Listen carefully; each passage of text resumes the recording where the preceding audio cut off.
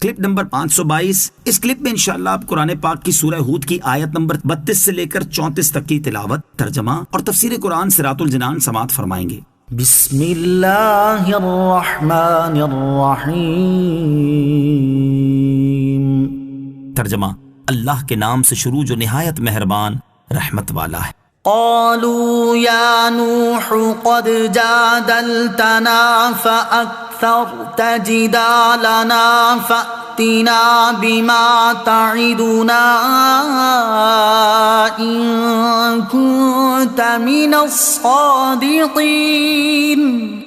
ترجمہ، انہوں نے کہا اے نوح، تو نے ہم سے جھگڑا کیا اور بہت زیادہ جھگڑا کر لیا ہے، تو اگر تم سچے ہو تو وہ عذاب لے آؤ جس کی وعیدیں تم ہمیں دیتے رہتے ہو۔ قالوا یا نوح، انہوں نے کہا اے نوح۔ اس سے پہلی آیات میں اللہ تعالیٰ نے حضرت نوح علیہ السلام کے کفار کی طرف سے پیش کیے گئے شبہات کے جوابات ذکر فرمائے، اور کفار نے حضرت نوح علیہ السلام کے جوابات پر 2 اعتراض کیے، ان کا ذکر اس آیت میں ہے۔ پہلا اعتراض، کفار نے حضرت نوح علیہ السلام کے جوابات کو بکثرت بحث اور جھگڑا کرنے سے تعبیر کیا اور کہا کہ اے نوح علیہ السلام، تم نے ہم سے جھگڑا کیا اور بہت ہی زیادہ جھگڑا کر لیا۔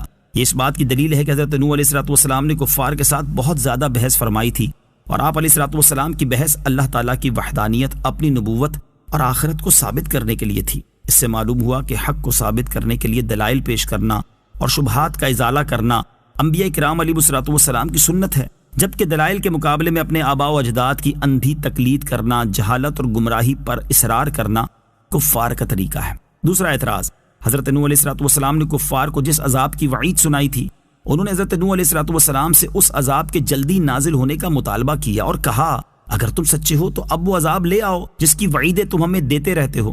حضرت نوح علیہ السلام کی طرف سے کفار کے ان اعتراضات کا جواب اگلی آیت میں مذکور ہے۔ قال انما یأتیکم به اللہ ان شاء وما انتم بمعجزین۔ ترجمہ، نوح نے فرمایا وہ عذاب تمہارے اوپر اللہ ہی لائے گا اگر وہ چاہے گا، اور تم اللہ کو عاجز نہیں کر سکو گے۔ قال، فرمایا، کفار کے اعتراضات کے جوابات میں حضرت نوح علیہ السلام نے فرمایا تم پر عذاب نازل کرنے کا اختیار اللہ تعالیٰ ہی کے پاس ہے، وہ جب چاہے گا اس عذاب کو تم پر نازل کر دے گا، اور جب اس نے عذاب نازل کرنے کا ارادہ فرما لیا تو تم اس عذاب کو روک سکو گے اور نہ اس سے بچ سکو گے۔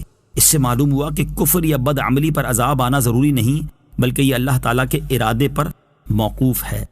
وَلَا يَنفَعُكُمْ نُصْحِي إِنْ أَرَدْتُ أَنْ أَنصَحَ لَكُمْ إِنْ كَانَ اللَّهُ يُرِيدُ أَنْ يُغْوِيَكُمْ هُوَ رَبُّكُمْ وَإِلَيْهِ تُرْجَعُونَ۔ ترجمہ، اور اگر میں تمہاری خیر خواہی کرنا چاہوں تو تب بھی میری نصیحت تمہیں نفع نہ دے گی۔ اگر اللہ تمہیں گمراہ کرنا چاہتا ہو، وہ تمہارا رب ہے اور اسی کی طرف تم لوٹائے جاؤ گے۔ ان اردت ان انصح لکم، اگر میں تمہاری خیر خواہی کرنا چاہوں۔ حضرت حسن بصری رضی اللہ تعالیٰ عنہ فرماتے ہیں یغویکم کا معنی ہے اللہ تمہیں عذاب دینا چاہے۔ اس صورت میں آیت کا معنی یہ ہوا کہ جس دن تم پر عذاب نازل ہوا اور تم وہ عذاب دیکھ کر ایمان لائے تو اس دن میری نصیحت تمہیں کوئی فائدہ نہ دے گی، کیونکہ عذاب نازل ہوتے وقت کا ایمان قبول نہیں۔ میری نصیحت تمہیں اس وقت فائدہ دے گی جب تم عذاب کا مشاہدہ کرنے سے پہلے ایمان لے آؤ۔ دوسرا معنی مشیت الہی کے اعتبار سے بھی ہو سکتا ہے، جو آیت کے الفاظ سے ظاہر ہے، هو ربکم وإلیہ ترجعون، وہ تمہارا رب ہے اور اسی کی طرف تم لوٹائے جاؤ گے۔ یعنی تمہارا خدا وہی ہے جس نے تمہیں پیدا کیا اور تمہاری پرورش کی۔